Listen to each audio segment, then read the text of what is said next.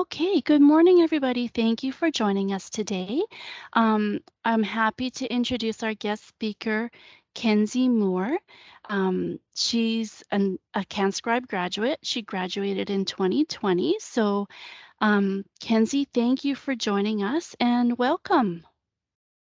Thank you so much, Leslie. I'm so excited to be back in one of these webinars. I used to attend these things every Friday when I was in school and really enjoyed them. So it's cool to be back. And also thank you to everybody who was able to log in and join today. I'm really happy to be able to chat with all of you for a little bit about school and the different challenges that we all face. And hopefully we can all find some helpful tips in here. So I guess I'll just start by sharing a little bit about me. So I'm originally from Halifax, Nova Scotia, but just recently over the summer, I relocated to Edmonton, Alberta. So that's where I'm living currently. I graduated from CanScribe in 2020 with honors. I think it was mid-October I graduated. So that was very exciting, but also very scary because it was the middle of a pandemic. But I was able to find work. And then currently I'm working for Acuity as a virtual medical scribe, which I'm going to go into more detail about later on in the presentation. But just a little bit of history about my personal journey. I signed up for the MT-HDS program with CanScribe in the fall of 2019. Prior to that, I didn't have any experience in the medical field. I had worked different part-time jobs, a little bit of everything, retail, waitressing, childcare, cleaning. I was just really looking for a change to a career path and to find something that would give me more flexibility and a better work-life balance, which I'm sure a lot of you can relate to. It's probably part of what brought you here as well. So I knew several people over the years that had gone through the CanScribe course, and they all loved working as MTs. So I thought, why not give it a try? The main things that appealed to me for CanScribe, first of all, were the ability to do the course online and to have some flexibility to work at your own pace, and also their excellent graduate employment rates. Those really stood out. But of course, you learn pretty quickly, remote learning comes with its own challenges that are very unique to the program. So I'm going to talk a bit about that now, and I'm just going to move to my next slide.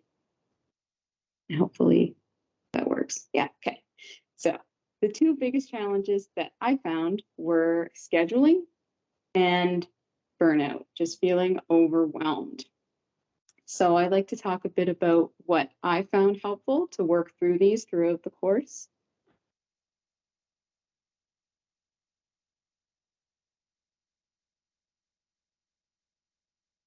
Sorry, I'm just trying to change screens here. Okay, number one would be to plan ahead. Number two, use the tools that are provided to you. And number three, probably the most important one I can think of, is to be kind to yourself. So planning ahead. The biggest thing that helped me was to create and stick to a healthy schedule. So in addition to the study schedule that CanScribe provides you when you sign up for the course, I made up my own schedule for studying.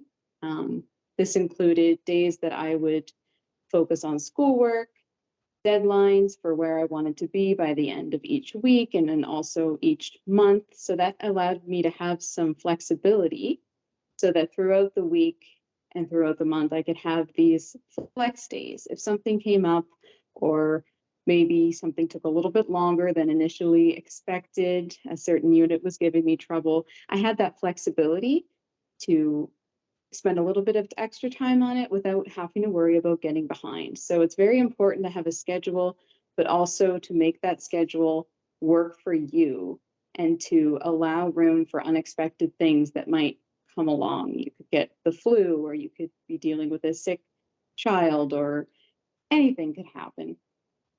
I also really like using my phone for this, the calendar app in my phone, because for one thing, you always have it with you. And also, it gives you the option to set alarms or reminders for what you need to be doing. So you never get distracted and forget about something. You have that reminder that pops up and lets you know that, okay, it's time to study. I have to get a move on. Very helpful, especially in the mornings. I don't know if anyone here is like me, but mornings can get a bit out of hand and can get a bit busy. So that's something that was like a lifesaver for me, was sticking to a schedule. And the second one was the tools. So CanScribe provides their students with all kinds of super helpful resources through the course. You guys are probably familiar with your book of style, these webinars, your medical dictionaries, your reference guides. All of those things are amazing. My two favorite resources specifically were, for one, the instructors. They are so available as much as they can be. It's easy to reach them by chat or by phone, and they will help you in any way that they can. Sometimes it's just as simple as needing to talk and hear some words of encouragement to help you keep going. And I found that the instructors were so valuable for that. I reached out to them many times, especially when I was nearing the end of my course, approaching exams and career prep and all of those really weighty things. And they were so awesome and so understanding of, the pressures and what you're going through. And they really, really want to help. So I would say to anyone that is struggling, don't hesitate to reach out to the instructors and just talk to them. They're really there to help. Number two, my favorite resource was actually these webinars. It was something that I didn't do from day one, and I really wish that I had, because especially the topic webinars dealing with specific challenges like punctuation or follow-up versus follow-up, they were so helpful in getting those things to click. It's also great to be in these groups every week because it helps you to connect with other students who might be struggling with the exact same thing, or maybe they're further along in the course than you, and they can reach out and share some of their tips and tricks that help them. So definitely a valuable resource. If you can't watch them all live, go back through and have a look through them by topic. It's very, very helpful, and they're there for you to check back on whenever you might need to brush up on some of those skills. The third thing that I cannot emphasize enough is to be kind to yourself. I see a lot of this on the channel, and I experienced it myself at times, is just feeling overwhelmed, just feeling burnt out with all of it. We have so many things going on in our life. We might have part-time or even full-time jobs. We have families at home. We have other commitments. And then on top of that, we have this remote course. And we just want to get through it as quickly as possible and start working. But sometimes that's just not realistic for us. And we really need to take a step back and look at our circumstances and look at what we can do. So the biggest thing to do when setting goals is to be realistic. Remember that it's okay to take a break. It's okay to readjust, reassess. Maybe I can't complete this unit by the deadline that I had hoped, but maybe there's some wiggle room there that we can make adjustments. And if we can't, it's okay to ask for an extension from the instructors. Again, they're so understanding. They understand that life happens. It happens to us all. The unexpected pops up. So just reach out, ask for help, ask for support from your family and friends. Maybe they can chip in so you can have an extra day a week to study, or even just an extra few hours to focus on your schoolwork. But maybe it's also as simple as you're just feeling overwhelmed with a specific unit in the course. Maybe you're really having trouble getting started. I know that I experienced this when it came time to study for my proficiency exams. It's like not knowing where to start. That deadline is looming over you. It can be a bit hard to get going and not feel anxious. So something that I implemented was I would set a timer for myself for just 30 minutes, 45 minutes, something like that, to study.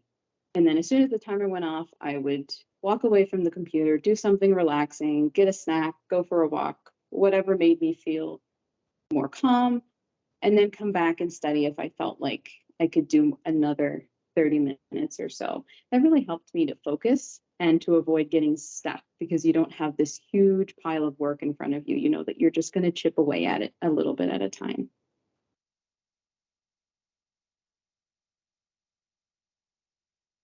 Okay. So of course, the main thing on everybody's mind as they get through the course towards the end is, how am I going to find a job? What am I going to do for a job? I just wanted to mention a few things that I learned through my experience, and also through talking to other graduates, what they found helpful to kind of make the job search go a little smoother and kind of mitigate some of that anxiety that we all feel when we're getting close to the end. First would be to make sure your resume is up to date. And of course, include in your resume the skills that you gain through CanScribe, but also your practicum experience. That's a lot of hours that you log, that's a lot of transcriptions, and that's a lot of different specialties that you now have under your belt. So don't be shy to utilize that on your resume and really play up to your strengths. Secondly, don't underestimate the power of a well-written cover letter. These are so valuable to have. It only takes a few minutes to write something up. You can reuse it for different jobs. All you have to do is make a few adjustments. It'll really help you stand out from other applicants when you're applying for different jobs, especially as we know during the pandemic. The job market can be a bit of a challenge. Certain areas of the job market, especially remote work, are getting very popular these days. So it's important to use your strengths to stand out and to find the right fit for you. Along that line, number 3 would be, don't be afraid to send out applications everywhere. Even if the company that you would like to work for isn't hiring currently, they likely will keep your resume and cover letter on file for the future, and you might get a call the next time they do a hire. So definitely apply, stay active, network, get your resume out there. It doesn't hurt to get familiar with these companies and let them know that you're available and that you're looking for work.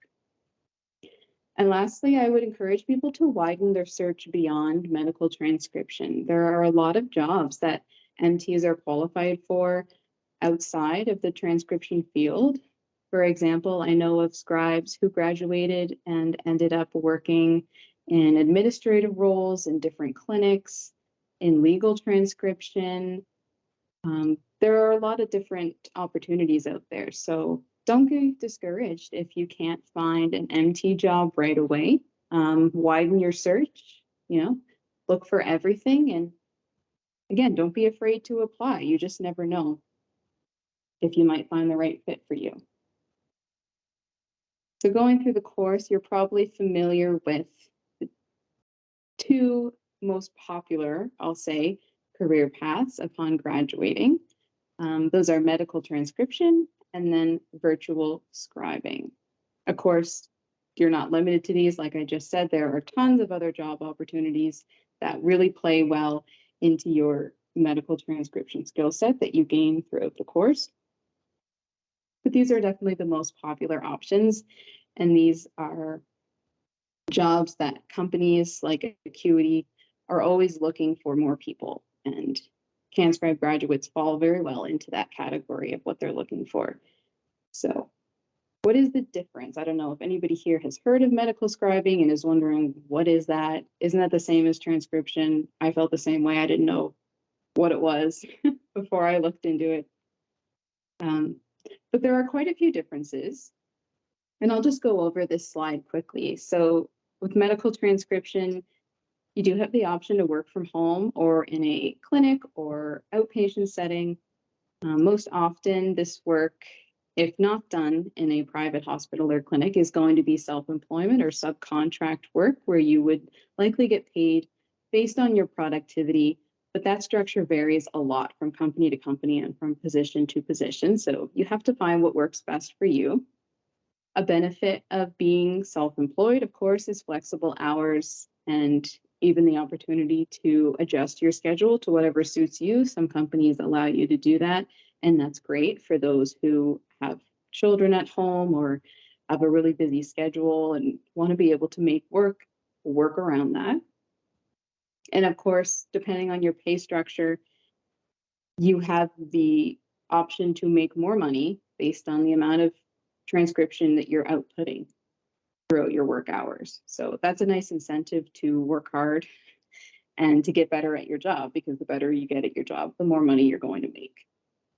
Virtual scribing is a pretty different setup. For most scribes in Canada, we do work remotely, so it's 100% from home. You would have a home office set up with all of your equipment. We're hourly employees. We're not self-employed or contracted. We do work a set schedule. There is a bit of flexibility there. You can do part-time, you can do full-time. Some work day shift, some work evening shift, some work half days. It really just depends on the current demands and what they're looking for versus what lines up with your availability. And there are a lot of good options for career advancement in that. There are training opportunities, supervisor roles, things like that. So if you were interested in a career that would allow for different opportunities further down the road, different full-time opportunities, it's definitely something to consider.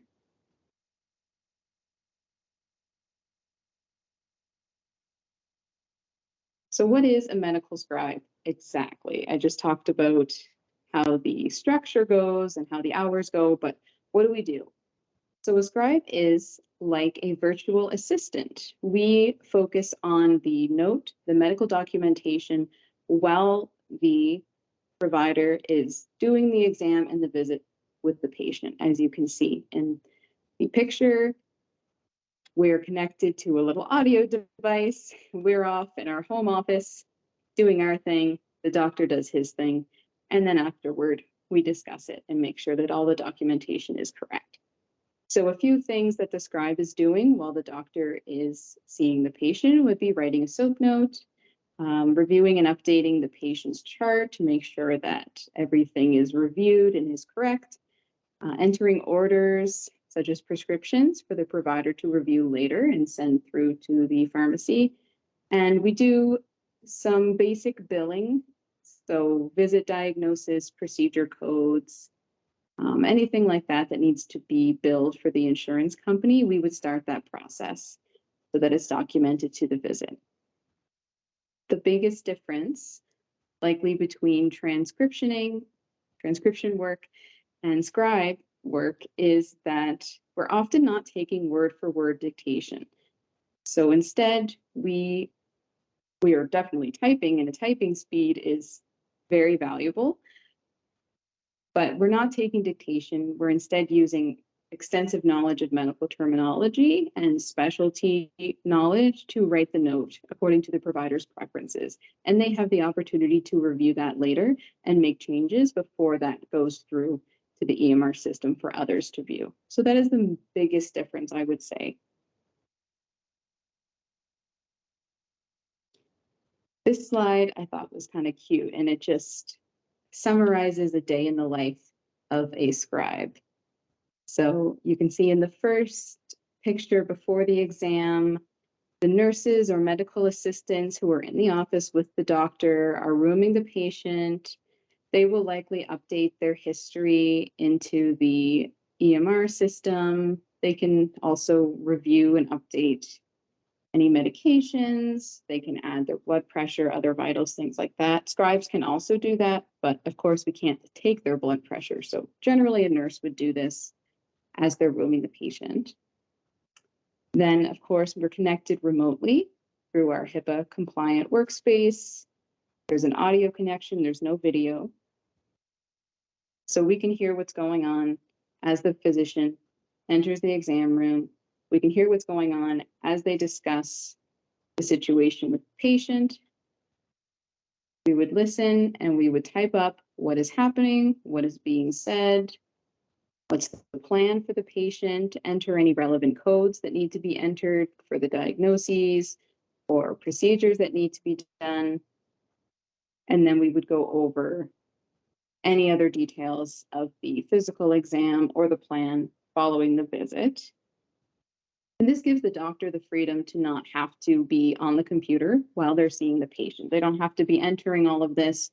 They don't have to be searching through the chart, trying to find medications or certain aspects of the patient history, because that's already all been reviewed. That's usually what the scribe would do in preparation for the visit.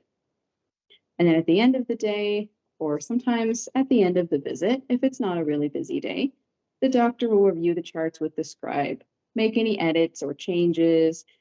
That gives the scribe a chance to ask any questions and vice versa, if something needs to be adjusted or verified.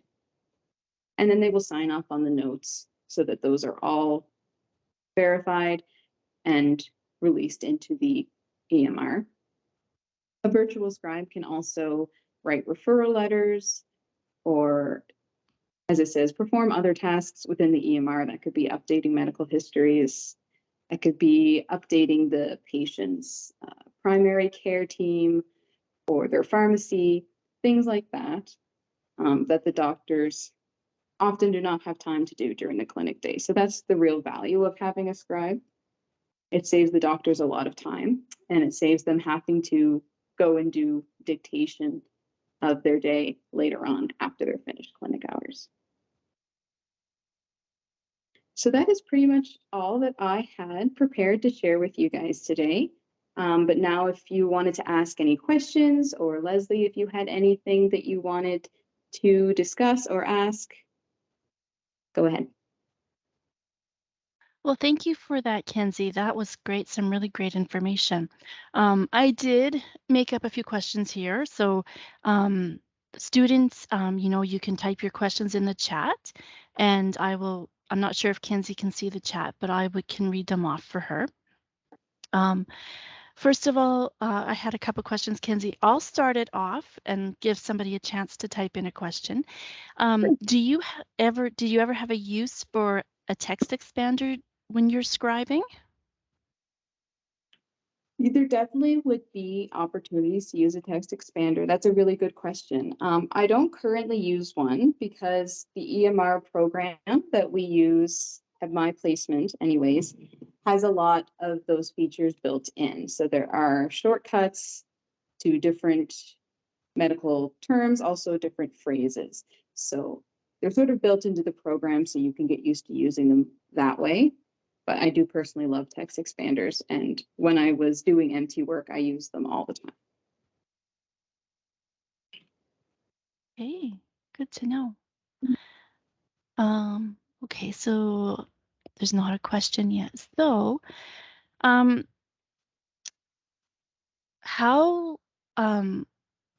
does it work for, like, you're on a schedule? So are you one-on-one with the doctor at all times, or do you have more than one doctor who you work with? Oh, that's also a good question.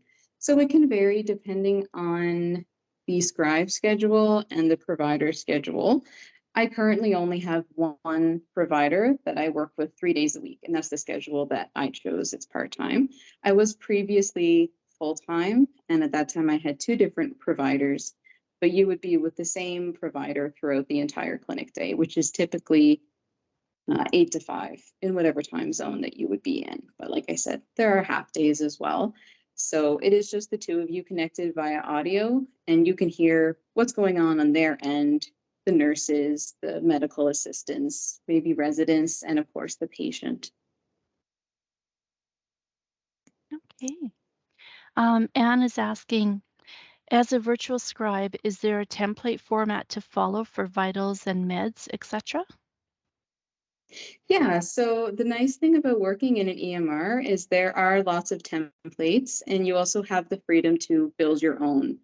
So most providers have a template for their visits. Say if it's internal medicine, they'll probably have just a generic one, but specialists will have more specific templates.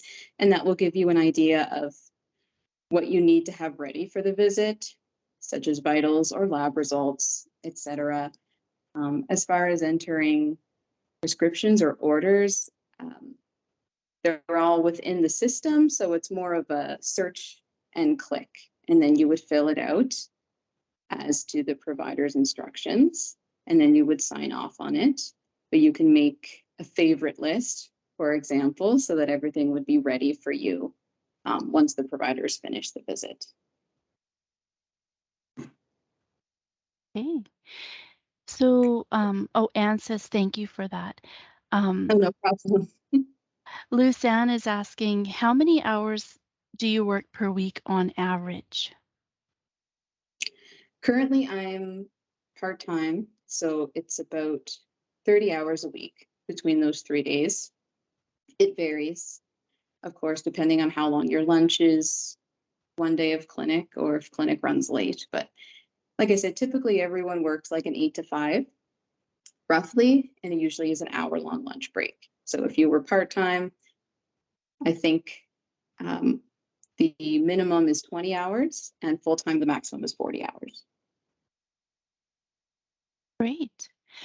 Morgan is wondering, do patients know the doctor has a scribe and that the interaction is being recorded? Oh, yes. Yeah, that is part of our disclosure agreement. Generally, either the provider or the nurse will go through the disclosure with the patient prior to their visit. If they're a regular patient, then they already know that there's a scribe listening. But yes, that's a good question. It does have to be disclosed at the beginning of each visit, and the patient does have the option of declining a scribe service. Oh, wow. Lisa's wondering what countries use virtual scribes and what countries have you worked in? Oh, so as far as I know, the US and Canada, I think the US has a much larger demand for virtual scribes currently. And I think perhaps Australia, but I only work in the US with Acuity. And my contract is in the state of Connecticut with one of the hospitals there. So that's the only hospital that I have scribed for. That's really interesting. I didn't realize that you could work for somebody in the States being in Canada. That's really interesting. Anne Marie is wondering what makes a home office setup HIPAA compliant? Oh, that's an excellent question. A HIPAA compliant workspace has to have privacy. So it needs to be a room with 4 walls and a door. No other people can be present while you are working. Once you have the EMR open, you have to have the appropriate internet security and computer security programs installed and running. For example, with Acuity, they supply you with your equipment. So all of the necessary security programs are already installed when the equipment comes to you, and you just have to start it up because it runs off of a remote server. And I think that's probably it as far as HIPAA compliant workspace, and then whatever you would want in your office, of course, and making sure that your computer is in a safe space and that you keep it locked is a very important part of HIPAA. Awesome. Okay, so we haven't had another question. Oh, here we go. Lisa's wondering, what does HIPAA stand for? Oh, HIPAA, uh, health information. Oh, look, now you've stumped me. Hang on, I got it. I got it Googling here. I used to know Health, it. yes, I know. Health Health insurance portability and accountability. So that basically Act. just means Yes. if you are given access to somebody's healthcare information, you need to be compliant with HIPAA to make sure that everything is done properly and then that information is kept private. Yeah, that's right. I think HIPAA is a US policy, and I believe it's different in Canada. Yeah, they use different, I mean, imagine it's much the same, but I think they do use different, yeah, PIPEDA Yes. in Yeah. Canada. Yeah. Thank Different you, Jim. name, but same concepts. Yeah. Okay, so now, just because there's not another question, I'll fire one out. Sure. How does it work for like if you needed a personal day or you were on holidays, does another scribe take over for you? Yeah, that is an option. We do have a system for shift coverage. So you would approach your supervisor and let them know which days you needed shift coverage, and then they would help you to find somebody.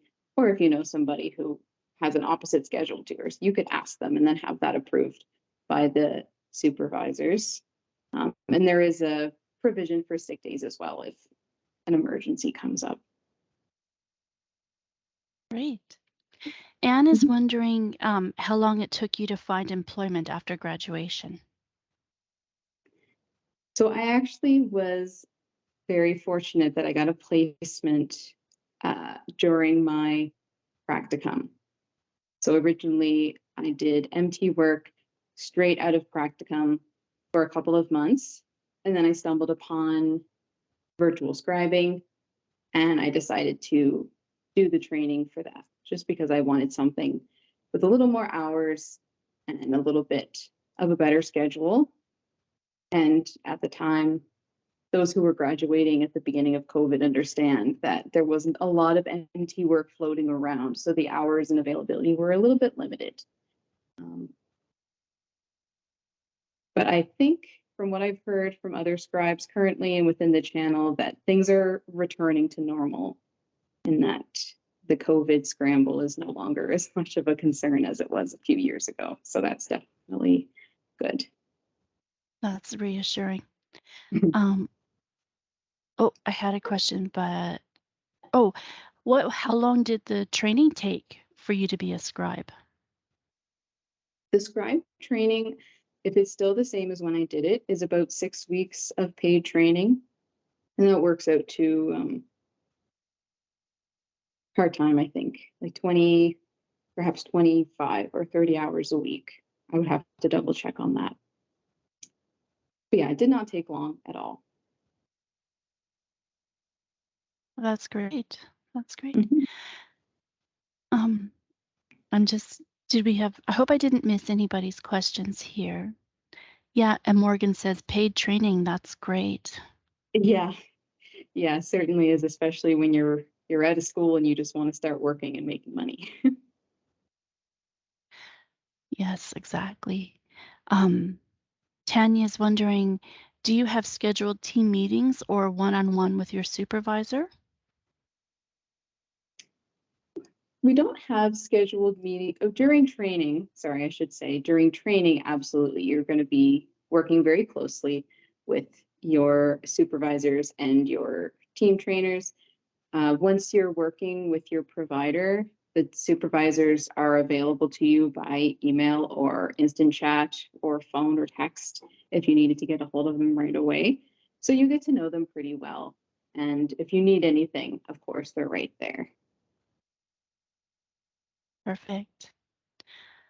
Jim was wondering how long you were doing MT before switching to Scribe.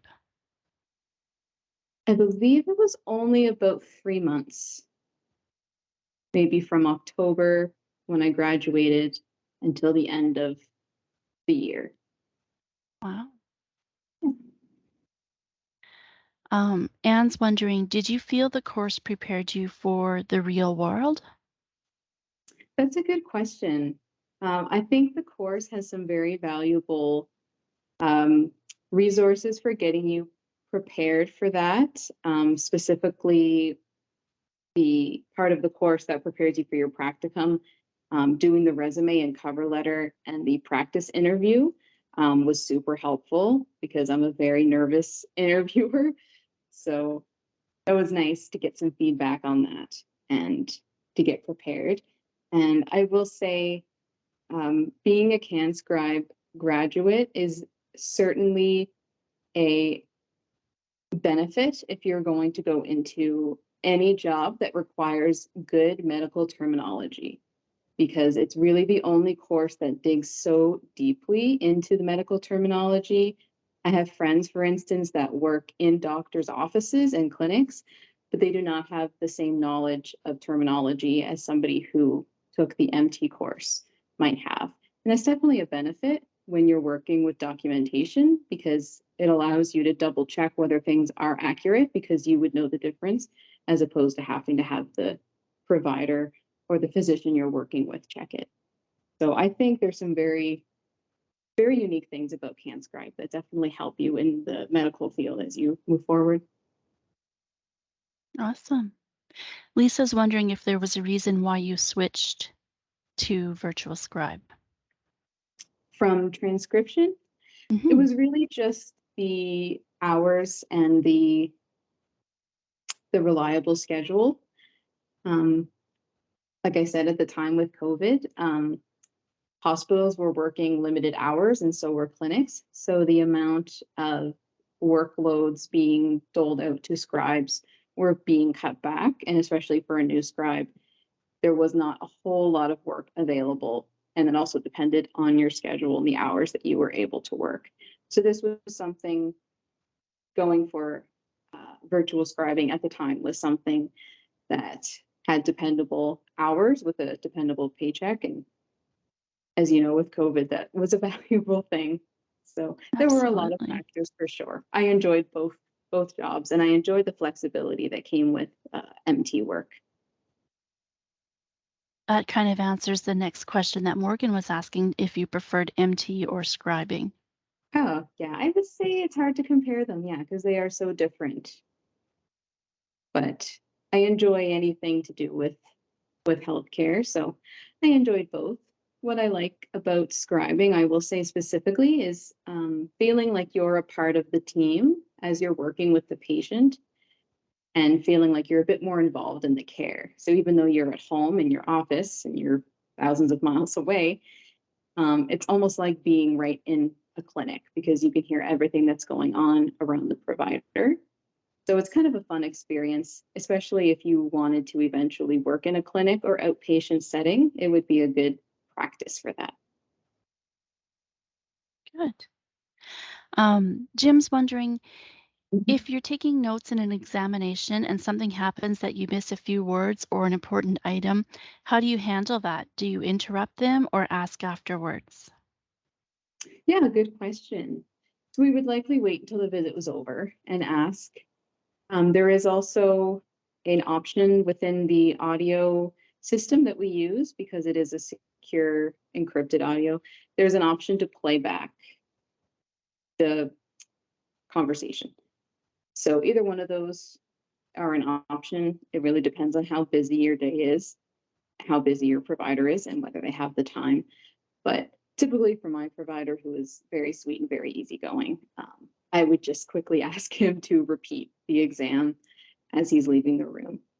And if not, they can always fill it in later because as a scribe, nothing that you're typing is being submitted before the provider looks at it. That's great. And then kind of piggybacking off of Jim's question was something that I was wondering is like how is it, because sometimes you have multiple people in an appointment, like say a mother and a child, and there's background voices and stuff like that. Do you find that difficult to manage? It can get a little hectic for sure. Um, that wasn't such a problem last year because of the COVID policies at the hospital. You weren't allowed to bring family along with you to the appointments, but now you can. So, yeah, sometimes the visits can get a little bit chaotic. So, that's when it really comes in handy to be able to clarify what happened with the provider at the end. And if not, you could always um, just let him or her know that you missed something. And whenever they have time to correct it, they can correct it. Sure. Yeah. Tanya's wondering if you can flag something missed in the audio for you to replay after the visit. So I'm thinking she maybe means like almost like a bookmark or something so you can go back. Oh, back to the audio recording. I don't believe so. I think the playback feature only works as long as you are connected. And depending on how long the visits lasted, I think it goes back to the beginning of the visit. I personally don't use it that often because my provider is not a super fast talker, and he does not give dictation. But in those situations, that's generally when I would make a note for myself, either a sticky note or a note within the note, and then I would remember to ask the provider about it after, just to make sure that I didn't forget. Perfect. And that's just my system, Um, by the way. I should say that different EMRs, different companies would have probably different programs they're using, so that might be a feature. right. Do you get regular constructive supportive feedback or do you only hear about mistakes?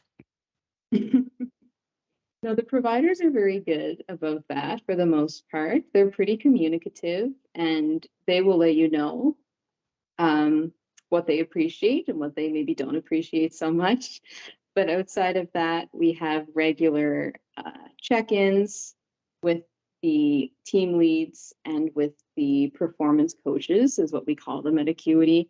So they're always monitoring your productivity, and they'll check in with you, and they'll also check in with the provider to see if there's anything that can be improved upon or if everything's running smoothly. So you have your opportunity as well if you're struggling with something to let them know, and then they can help you.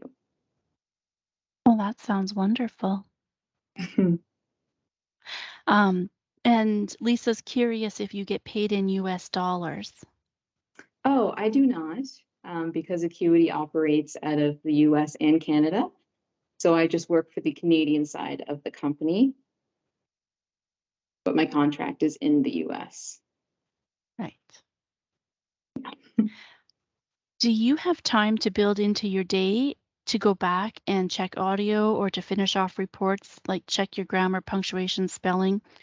Do you find yourself scrambling to complete the session documentation? Oh, that's also a very good question. Yeah, I don't generally have to go back through charts at the end of the clinic day. Typically, they have already been signed by the provider at that point. Most providers like to get those done during the day or at the end of the day right away. So you do have to have it done, preferably by the time the visit is over. Sorry, I have a little noise distraction here on my end. um,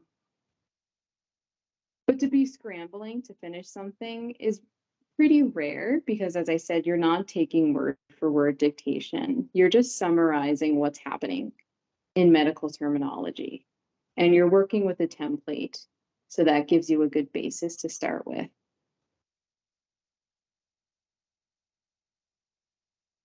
What is an average amount of time between sessions or appointments? That really varies a lot. Yeah, it depends on your specialty. So currently, my specialty is ENT, and those typically run 10, 15-minute appointments. So unless a patient were late or didn't make it to their appointment, the appointments are mostly back to back. You might have a few minutes in between. With internal medicine or specialties that are a bit more involved, you might have an hour-long patient appointment. They might not take the entire hour. So then you might end up with a 15-minute break in between. It really just varies a lot, even from day to day. Wow. 15-minute break every hour would be nice, right? Anne Marie is wondering, do you get paid for the whole day even if they haven't been fully booked with patients? Good question. Yeah, I work the hours that my provider works. So I typically, like I said, my clinic starts at 8.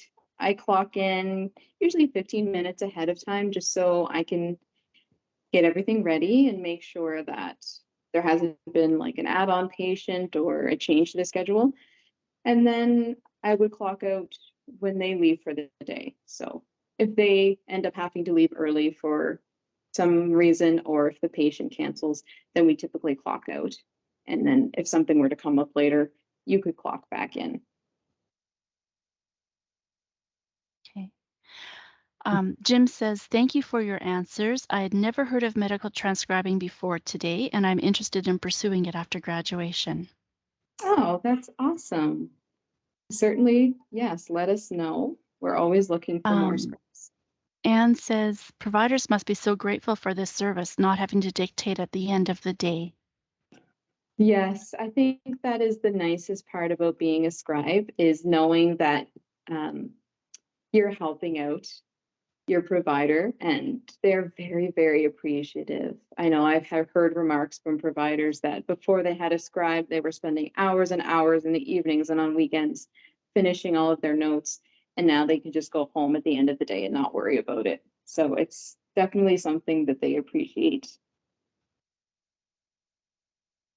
Absolutely. Yeah. Quality of patient care, Anne says. Yes. Yeah. Okay. Well, I mean, we're almost to the end of our hour. So did anybody have any other questions? Or I mean, if not, we can wrap it up for the day.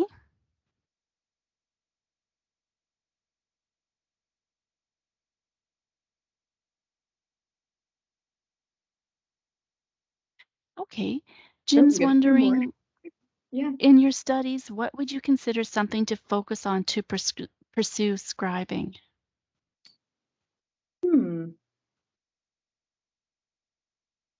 I think the two most important things would be your medical terminology and your speed at which you gather and process information, which are two things that you really have no choice to work on at CanScribe. But certainly a good typing speed and the ability to keep up with what's going on Mhm. are very important. Are you sent the days the doctor schedule? Sorry, my thing jumped here. Are you sent the days schedule or the doctor schedule at the beginning of the day? Oh, so most providers work the same schedule each week. So it would really, they match, when you start, they will match your schedule to a provider whose schedule works for you. So I work every week, the same days, same hours, unless something were to come up like a holiday or provider wants to go on vacation or take a half day, something like that. In that case, that they would let you know. But for the most part, it would be the same from week to week. Um, Lisa says, thank you for this opportunity. It has been enlightening. Oh, thank Anne you. says, Anne says, thank you so much, Kenzie. Lots of great information. Good. I'm glad it was helpful. Corrine says, thank you so much, Kenzie, for taking the time to enlighten us on what to expect in our course. And Mary also says, thanks, Kenzie. That was interesting. Oh, wonderful. I really enjoyed being able to join in. It's a little nerve-wracking being the one talking over the one asking questions. But I would like to just mention that I am an active member of the CanScribe Students and Graduates Facebook group. So if anybody had more questions about scribing, if you're close to graduation and you want to chat about it, you can send me a message. Absolutely. That's a generous offer. Thank you. We had another question pop up here. Oh, sure. So you can build up a relationship with a doctor, which over time must make the job easier. Yes, absolutely. Yeah, you really get to know them very well, and you can do the job as if you were them after a certain amount of time with them. So that's a nice aspect of it as well. Right. Yes. Kareen wonders what the Facebook group is called. Is that the CanScribe medical transcriptionists and graduates student and graduate group? I Is believe that so, what it's yes. called? Whatever the official CanScribe one is. Yeah. So it's um, I don't have Facebook open here, of course, because I'm during work hours here, but CanScribe student and graduate group or something like that, Kareen. CanScribe medical transcription student and graduate group, yes. There you go. Thank you, Kenzie. Yes, also a lovely resource to connect with other students.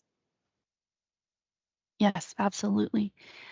So, I mean, there's lots of thank yous coming up here, and Yeah, I'd like to say thank you as well for taking time out of your day to join us and educate us about being a virtual scribe. This is really wonderful information.